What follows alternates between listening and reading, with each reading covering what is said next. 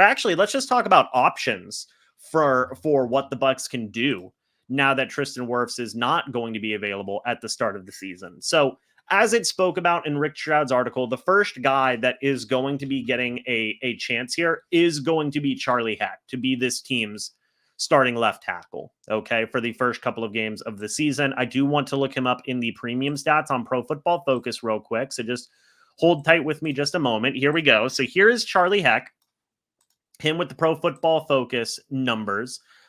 We've got it in premium stats because, you know, I paid a little bit of money for that.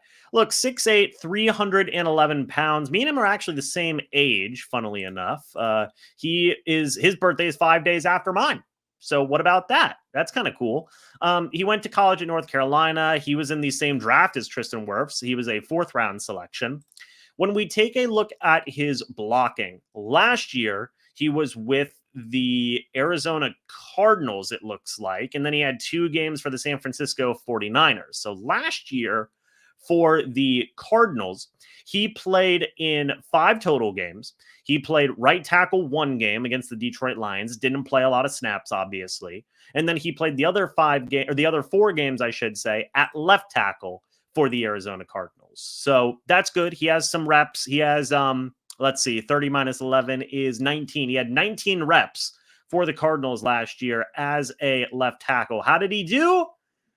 It is limited. It is limited to make a note of that, but the numbers are not great, all things considered.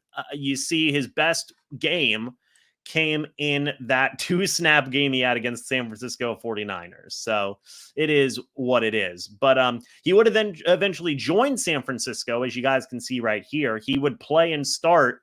Did he start those 2 games at left tackle for the 49ers? Maybe. Keep in mind, that is on a very, very short week as well. I do want to see what the turnaround time for Heck was between joining the 49ers. So, yeah, he was signed off of the Cardinals practice squad on December 25th.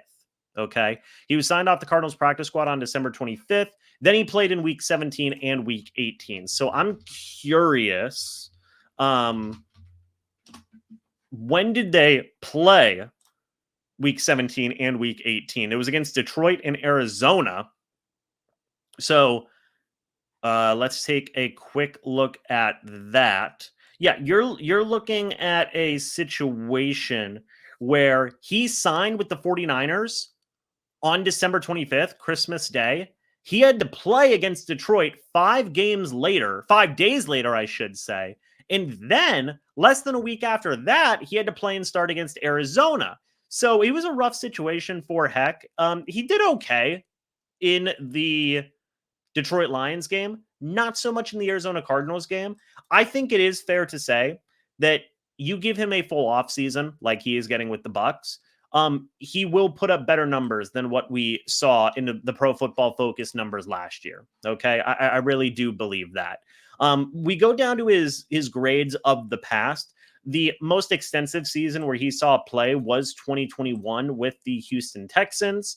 He posted a fine pass blocking grade of 66.5, a not so glamorous run blocking grade of 41.1, the second lowest run blocking grade of his career, and an overall grade of 56.0, actually the second best grade of his career. So he's obviously a better pass blocker than a better run blocker. That's important to note as well. Actually had a pretty solid 2022 as well as a pass blocker. He didn't play a lot of snaps that year, 161 with the Houston Texans, but he did play out his whole rookie contract. That has to say something for the overall just capability of him. He has done a lot in terms of playing left tackle or right tackle throughout the entirety of his career. Just started playing left tackle last year. So it is going to be interesting to see how Heck transitions with the Bucs. I think it's good that we found out this information now with Wirfs, because you're going to have a scenario where Charlie Heck is presumably going to get all of those starting first team reps at left tackle. So he will be as prepared as he can be, which is good. Another guy I want to take a look at, though, is Benjamin Chukwuma. That was also a player mentioned in the article there for the Bucs as an option. Taking a look at his time at Georgia State, keep in mind, he's still an incredibly raw prospect. He did not play college football until the 2023 season. So he put up some okay numbers, all things considered, did some good work. I think his best game that he had was this game right here, where he had played against Vanderbilt. He had a very, very solid game at left tackle against Vanderbilt. But he's going to be another guy who's going to be getting a lot more reps now. The Buccaneers did give him a lot of guaranteed money in that article, as it said. They gave him, I believe it was $55,000 as a bonus. So they see the potential in him. They see the ability in him as well. A $55,000 signing bonus. That was the most out of all undrafted free agents this offseason. So they do have a lot of faith in the ability of Chukwuma. You assume he's probably going to be the backup tackle to Charlie Heck. But I also want to take a look at Spot Rack just to see what kind of options are out there in the free agent market. Also, I mean, just kind of, thinking out of the top of my head, because he was brought up as an option. Could you see Justin School as a potential option here, maybe trading for him, because he was signed to the Vikings? He also, I'm a few days older than him. He actually is born 3 days after Charlie Heck, which is really weird. But you take a look at what School was able to do last year, played a healthy amount of snaps last year, actually, honestly, put up some decent work, right? As a left tackle, right tackle last year. Certainly has better PFF numbers than what we saw from Charlie Heck. So I'm wondering, do the Bucs maybe just say, hey, let's just trade for Justin School, throw him a 7th rounder, maybe a 6th rounder, and then go from there? I am curious to see if that is an option for Tampa Bay. I would call and say, hey, could you give us Justin School back? We'll give you a little pick right here. I might do that, because I would feel more comfortable with Justin School than Charlie Heck at this point. I do have to say that. But aside from that option, let's go ahead and talk about some other options that may be available in terms of free agency. So just taking a look at the tab right here, your first option that jumps out to you is Tyron Smith. Now, he is retired currently. I would be curious to see if they were to go out and sign a guy like Tyron Smith. That would leave me much more worried about the availability of Wirfs, because to sign such a long tenured, still, in my opinion, a high caliber starting veteran in Tyron Smith would lead me to believe, oh, Wirfs is going to be out longer than just the first 3 weeks of the season. So he would be an interesting option, but it would also be a sign of Wirfs might be out longer than we think. You have also got a guy in George Fant, who is possibly still an option out there as well. I believe he is not retired. Let me go ahead and check on the ability of, or the availability, I should say.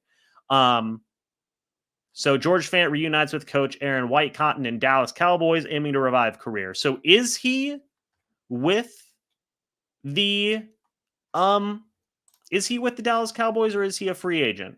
It looks like he's a free agent. So he still is a free agent. George Fant maybe could be an option. I've always been a fan of what George Fant has done in the past. Not to be confused with Noah Fant, by the way. He is a veteran. He has played both tackle positions. Last year, he only played in 2 games for Seattle. Apologies. Let me share this screen. He only played in 2 games for Seattle last year. It was at right tackle, but he was on Houston last year in 2023, played so many snaps, so many snaps, did fine, all things considered. The obvious benefit to what you're seeing from Fant, though, is the versatility from left tackle to right tackle. He did play 840 snaps at left tackle, has obviously played a lot at right tackle as well, but most recently he's played right tackle, but a little bit of left tackle in there as well at 42 snaps. 22, 21, and 2019 were years where he played more left tackle than right tackle. And overall, 2021 was fine. He did okay at left tackle in 22 and in 21 and in 2019. He's serviceable, right? So that is a serviceable veteran that you could look at as well to possibly bring in. Here's my thing. You bring in George Fant, you say, George, you're the backup swing tackle. Charlie Heck is going to be our starting left tackle. That's fine, because that still gives the idea of like, okay, Wirfs could be back after 3 weeks. Okay. You have Heck bite the bullet. Okay, Heck's going to be our starter for 3 games. Then Wirfs will come back. George Fant can be there just in case, or maybe you have like a little competition. I don't know. Right. But that would be a scenario where it's like, if you're signing any of these other guys not named Tyron Smith and probably Jedrick Wills in there as well, they're going to be the backup to Charlie Heck, just to have a bit more of a veteran presence there while Chukwuma is still getting acclimated. But again, like Andrus Peat, I'm curious, has Andrus Peat ever played left tackle? He plays primarily guard. He was last with the Las Vegas Raiders. He was with New Orleans before that.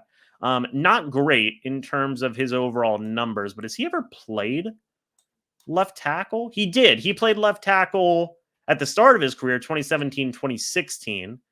Was actually not that bad, if you guys see. That 2017, 2016 at left tackle, he actually played pretty solid. And then 2023, he played left tackle, which wasn't as good. He's a bit more of an injury-prone guy as well, but it also seems like he played left tackle a lot for the Raiders, actually, this past season. Was not very good. So I don't know if I would necessarily want a guy like Andrus Peat. Isaiah Wynn is in there as well, another younger guy. Or a veteran-y type guy. He used to start some games, former first-round pick, by the way, for the Pittsburgh Steelers, for the New England Patriots. He was a former first-round pick as well. He is a guy who played a lot of left tackle at the early stages of his career. And you take a look at this. So let's take a look at 21, 20, and 2019, because that's where he was playing a lot. Fine. I mean, he kind of fell off in 22 onward, but if he could get back to that 21, 2019 place, he would certainly be a serviceable guy for a few games for the Buccaneers. Again, another 28-year-old guy. Really, folks, that's kind of it in terms of full options, or options that I would say you should heavily consider. Maybe Jermaine Ifedi. What's going on with Jermaine Ifedi? He's another former Seattle Seahawk, I should say. He's 31 years old. He played a lot of right tackle and left tackle for the Browns last year. Again, another guy that gives you similar production to what you saw from Charlie Heck. So again, maybe bring him in just as like a veteran insurance backup option, but you still have Heck be your starter. And that's really it, guys. That's really it. So like Jermaine Ifedi, Isaiah Wynn, George Fant, Tyron Smith, maybe trade for Justin School. Those are your main options. Jedrick Wills, he said he's not playing this year, and I take him at his word. I'm not interested in Andrus Peat.